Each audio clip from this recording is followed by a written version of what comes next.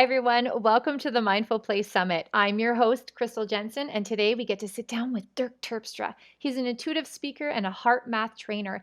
His passion is to inspire you to become more deeply connected with who you truly are, and you could become the most best, beautiful version of yourself. What an incredible gift that you can offer for yourself today. Thanks so much for watching. Hi, everybody. Welcome. Today we have Dirk Terpstra here, and he is going to talk about all about connection and how change happens when we connect. Welcome, Dirk. Thank you. I'm so appreciative, Crystal, to be with you today. Thanks so much for coming on. We're really curious about who you are and what got you into doing the work that you're doing right now. Yeah, that's a good question because I grew up in the Netherlands and I moved about 20 years ago to Canada with my family. And I was actually involved in a corporate business back in Europe, but I found that not very rewarding in the end. And so I left that life and I got myself into just enjoying life here in Canada. But then some traumatic events basically occurred in my life that were actually really traumatizing. And so I was reinventing myself. And at that point, I started looking for some more meaning in life. I started interviewing authors, spiritual teachers, scientists. And I got to connect with a few scientists who introduced me to the power of and the intelligence of the heart. And that got me so interested that I started studying at the Heart Math Institute in Boulder Creek in California. And I'm now a Heart Math certified trainer.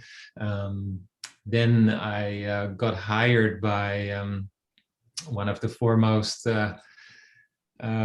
trauma clinics in Canada that happens to be here in Vernon, where I live in British Columbia. And I worked there as a somatic trainer where I help people to truly embody and release tension, stress, but especially PTSD from their bodies. It's a recognized clinic by the federal government, and I do a lot of individual events myself. Having said that, you started about connection. One of the things that I found the most important is that, yes, you have to do work for yourself, but if you cannot connect with others, especially in this time where we are at now, it is so important to truly, genuinely connect with each other, because that's a big part of our healing process. Absolutely love that. I remember when I met you a few years back and came up to the pyramid, and it was the first time my awareness around my own, centering my own body and actually connecting. You know, we did some Wim Hof workshop, and next thing you know, I'm in a pool of ice cubes, but it allowed me to really feel into that is my breath. Wait a second. And the experience in that beautiful pyramid and understanding where trauma sits in the body, that was a pivotal moment in my own development to recognize that I wasn't broken, to recognize that my body was showing me signs of trauma and the story that I was holding. So I wanted to share a little bit about that, because that moment for me allowed me to go, wait a second, and remove all the judgment and say, this is science. This is really cool. How is my mind, body, my breath, my heart, and everything? It was just this beautiful puzzle piece that clicked together, and with that awareness of all of that. Yeah, and I vividly remember that day, actually, because it was an emotional day for you as well. And this is the interesting part, is that we often, and especially doctors these days, still, they separate kind of the emotional part of who we are and the more physical part. And so when we start bringing awareness to our physical body, and the physical body is actually a bridge. This is what we often do, is we use the physical body as a bridge between our subconscious mind. This is where a lot of the things are stored that we're not even aware of, but we live them every day in this program, and the conscious mind. And you cannot say from a conscious place, say, hey, subconscious mind, what kind of crap do I hold on to, and I'd like to release that. It doesn't work. The conscious mind and the subconscious mind learn in different ways, but they also don't communicate directly. And so we use the physical body as a bridge between those two. And it's just so incredibly powerful. I actually just finished a program with the veterans 2 weeks ago. And we did a certain exercise for people lying on their backs, and we had them naturally provoke some tremors in their body. Basically, when animals are stressed, and after the stressful moment, they start shaking naturally. And this is how they release tension and stress. And we did that with this man, and he's a former military guy. And then he started breathing really deeply, and he couldn't control it at some point almost, and he started shaking.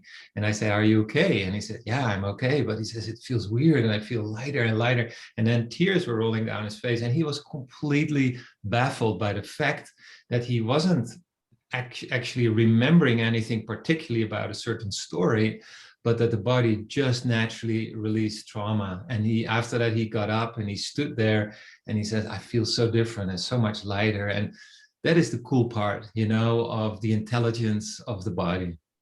Yeah, and connecting that awareness. And I can too relate to that story of laying there and recognizing that, I was sharing that at nighttime I was getting these, body tremors. And I thought, the doctor's like, "Oh, I got to send you to a neurologist and this and that." And I'm like, "Oh, what's happening?"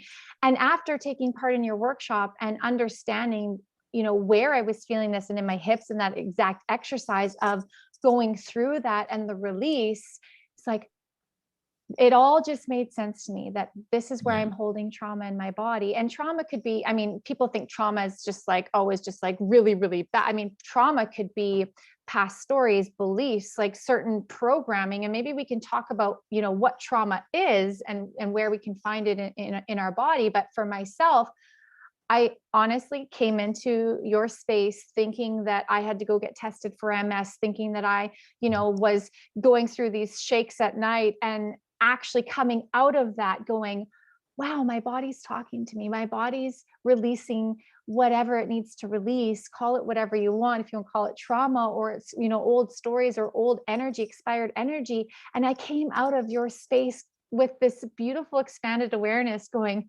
okay, I got this. And it allowed me to dig a little bit deeper and want to learn more about the heart and, coherence, and how to get my mind body in more of a connection with that. So if you don't mind kind of explaining a little bit about trauma, and because there's sometimes when we use the word trauma, people are like, "Oh, that's a bad word," so to speak. Yeah, and I would like to explain a little bit about trauma and also how we influence each other, and especially in this case, like parents also have an impact on their children on a more energetic level. And if you would have told me this when I was in corporate life, about the energetics and stuff, and I thought, yeah, right, I have more things to do. I need to meet my deadlines, and so I wasn't really open to that at that point. Just see it as this way. The body keeps literally the score of everything in your life, what you've been going through.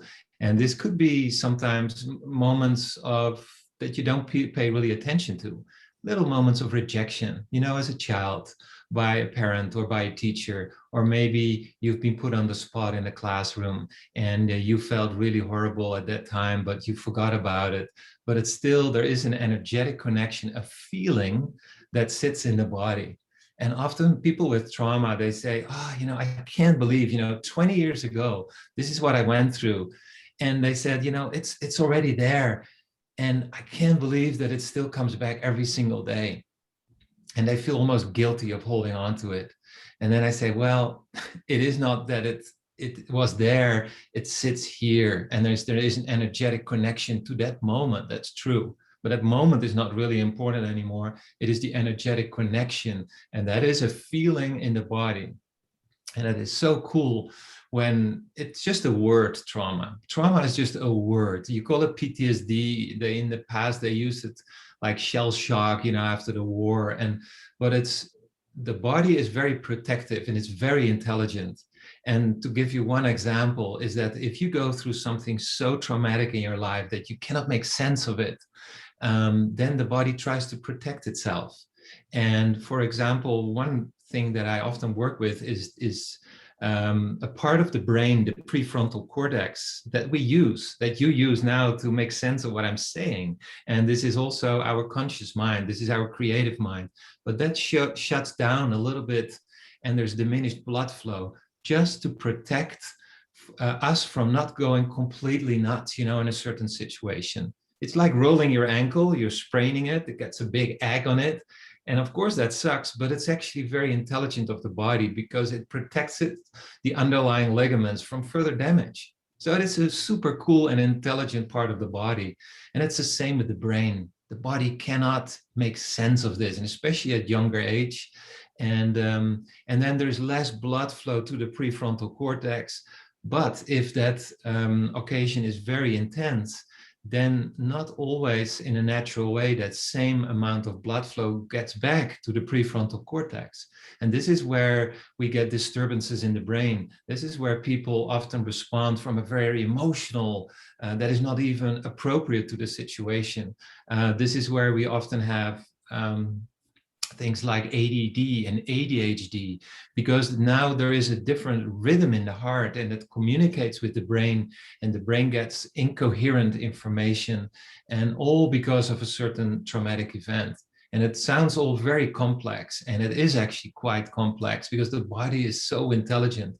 The cool part is that, and this is why I do all the work that I do, is that it all starts actually in the heart. The heart and the autonomic nervous system, which regulates like more than 90% of all of our internal functions. There's a disturbance when we experience something that is very triggering for us or is very traumatic. The heart and the nervous system pick it up, and the heart communicates to the brain through the vagus nerve. And the heart sends subtly information to the vagus nerve like, hey, we're not okay. The heart starts beating in a different pattern. And the brain gets information like, we're not totally okay. And then the brain exactly executes the instruction from the heart, and it releases neurochemistry in the body. And then suddenly you feel a certain way. So it's heart, brain, body. And that happens very, very quickly. And then the body holds on to that very specific feeling because it's so intense. And so all that we do when we help people is to start regulating your own heart rhythm. And you can measure that. And it's super cool to watch, when you breathe differently. And maybe we can do this in the end of our interview, that we can experience that together. But we breathe differently, we focus differently, and we shift with intention and emotion. And then suddenly the heart starts beating in a very regular and coherent pattern. And then it sends information through that same vagus nerve to the brain and says, we're cool, we're safe. And then the brain releases that same neurochemistry in the body that's telling the body it's safe, and suddenly you feel differently. But the coolest part of everything is that because the heart beats and it has a little electrical impulses from the heart, you can measure that on an ECG in a hospital. But with electricity, there's also a little bit of magnetism. And so we have an electromagnetic field coming from the heart. It radiates into the body. All of our 50 trillion cells listen to that. And the DNA is in each and every single cell. So the genetic expression is actually being regulated through how we feel inside. That is really, really important. But it ripples out through the skin into our field. And we can measure this field easily, like up to 3 meters around the body. And so now you get from personal trauma or your personal state in general to affecting other people as well. Because if I am with you, and I'm in a certain state, your body picks up on that. That is the crazy part. So if you are, as a parent, you sit with your children, your state really matters. And it doesn't always matter, the way you communicate in terms of verbally or the body language that you use, but your internal state affects the children. And we know this from our pets. Our dogs pick up on that very quickly. And sometimes we forget that our kids do the same. They're very sensitive to that. So if you have that knowledge and you know actually in sometimes difficult times how to best support yourself and therefore also your children, that is a super holistic approach. Now everything is connected. And this is what always fascinates me. I love that. It's, thoughts that come to me is that our children, they're like sponges, right? And same with us. So if you walk into a room and somebody's having, a lower vibe day or they're grumpy, you can pick up on that, right? It's like you're just hungry for whatever, good or bad. And also children, they learn better when they feel safe. So if they're in this safe zone, or they're able to have their own internal safe place of coherence, and it's that safe spot. And that's why I'm so passionate about forming, the mind body connection and learning, so that children can feel safe at home inside. Right. Totally. So a beautiful, just all these thoughts come to my mind when we talk. And, Dirk and I could sit in a room together and an hour and a half goes by. It's like, where's the time gone? But I love your explanation on it. And it's a beautiful reflection of, by focusing in on the heart and knowing that the heart, the brain, and the body are all connected, right? Everyone thinks that, oh, your brain kind of drives everything. But from what I'm hearing from you, it all kind of starts with the heart. Well, yes, and it starts with the heart, and the beautiful part is that it sounds a little cliche, or it sounds a little out there, like we're all connected. But if you bring in what you said earlier in this interview, it's all backed by empirical science, and we measure. The Heart Math Institute measures the geomagnetic field around the planet, and we know is that if we collectively as humans shift our emotional state, the sensors in the earth pick up on that state of humans. And this is why, what you see in the background, change happens when we connect with our heart, and therefore also when we connect with each other. And I like to call that our cosmic heart, because we're so deeply connected through this field, is that your heart and my heart are connected through the field, like the cosmic heart. And the more we begin to see that, and the more we begin to practice that, this is how we support each other big time. And especially in this time of, where we are alive on this planet, it is so important to support ourselves and our children. And then we are very much deeply connected. And then we are, and I can't believe I am saying that, because I used to think it sounded a little ridiculous, but we're actually healing each other. And I thought quite a while ago, I says, well, I have nothing to heal because I don't have trauma or so. But because we're all part of this collective field, we are experiencing all traumatic experiences, not just for ourselves, but as a collective. And that fascinates me as well. So there is a true healing happening on the planet-wise. And the field, the geomagnetic field, has a huge impact on life on the planet. And therefore, the more we learn about it, and the more we find tools to work with that's a huge change in our own state, in our own consciousness, and especially for children. Because the interesting part with children is, especially under the age of, let's say, 7, their brain is not fully developed yet, and their brain waves are very slow. And so everything they hear and experience goes straight into their subconscious. And because their brain doesn't still know whether it's true or whether it's imagined. They have a different level of consciousness. Basically, when you and I are deep asleep, we have the same. But children have that 24/7. So the more conscious we are as parents to share our state with them, and the words that we use and choose, the more we prime them for a very healthy and successful life and family life. Wow. And what a great time to bring this awareness, right? We're in the middle of a pandemic, lots of crazy things going on in the world. But when we just take that moment and connect within and work on that inner peace inside, it's like, wow, just turn off the news for a moment, turn off all that stimuli, and just get into that place of coherence. So I think it would be a beautiful gateway for us to maybe move into the experience of that. If you Let's do that. like And you use the word pandemic, and maybe one really cool side effect, important side effect, is that it really boosts our immune system when we do this, because it brings down the activity of the nervous system. And that's only when the nervous system is calm that the body can heal and change. If the nervous system is amped up, there's no possible healing or change in the body happening. So there are actually 3 steps that we follow, and they're very simple in a way. And the first step is that if you just look at your own breathing and your chest moving, often we breathe shallow. So just notice how shallow we breathe. And all I'm asking is to breathe a little slower and deeper. And it looks like this. It's about 5 seconds in, really slow, and then you leave the air in about 5 seconds. And then you see if you can roll in the next one and just connect those breaths together and just breathe a little deeper and slower.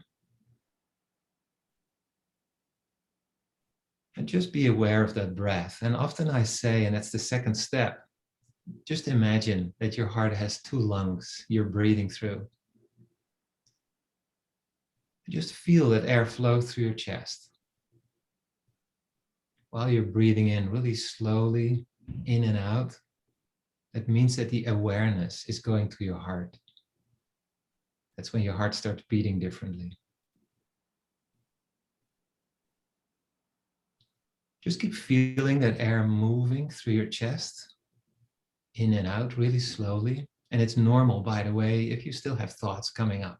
That's okay. Maybe park them for now and tell your brain, hey, you're not that important. I'm busy breathing. I deal with you later. I'm feeling now that air flow through my chest, and it really feels actually amazing. And while you're doing this, is it possible to feel some ease in your chest? Or maybe is it possible to feel some gratitude just for being here with each other, experiencing this together? What does it feel like in your body when you feel grateful? You feel calm, maybe even connected.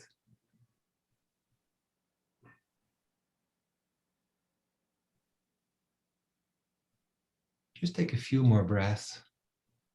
You can definitely close your eyes, but you can do this anywhere. You can do this in a restaurant. You can do this in public transport, out on the street. If you feel a little overwhelmed, if you want, you can keep your eyes open, but just your awareness is in your chest. You breathe slowly. You allow the intelligence in your body to do its work. And when you have done this for a few minutes, 2, 3, 4 minutes, that's enough often. Maybe you say, hey, I feel a little different. Yes, I'm a little less busy here, and I'm just feeling a little bit more connected. And immediately, your children will pick up on that. They're in a different state. Can you imagine if you embody this, like embrace this in a family life, if you do this together, even if the children wouldn't be breathing with you and you do this as parents, the children feel this and they respond in a different way. And it's just fun to try this. Beautiful. I already just feel like zen though. Like, thank I know. you. I love Yeah, that. it feels When always you're really good. Yeah, and just having it at your fingertips. It doesn't have to be that oh, I have to schedule time in to do this. It's just taking that moment to sit and to be. So it's a very easy, 3-step, and you're in that coherent space. Dirk, thank you so much. We've got some information below here on your speaker page where our listeners can find you. And there's also a link to some downloadable resources that you've provided. Do you mind just taking a moment and talking a little bit about what that looks like?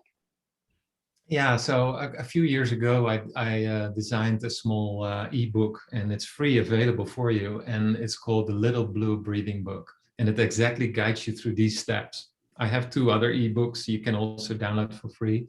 But The Little Blue Breathing Book is actually a really cool start if you'd like to learn a little bit more. If you want to go one step further, I do also have very short, these are like a playlist of very short heart coherence meditations almost. They're like 5, 6, 7 minutes. You can put them on in your phone, your car, wherever, if you want to be guided a little bit. So this information is available on my website, and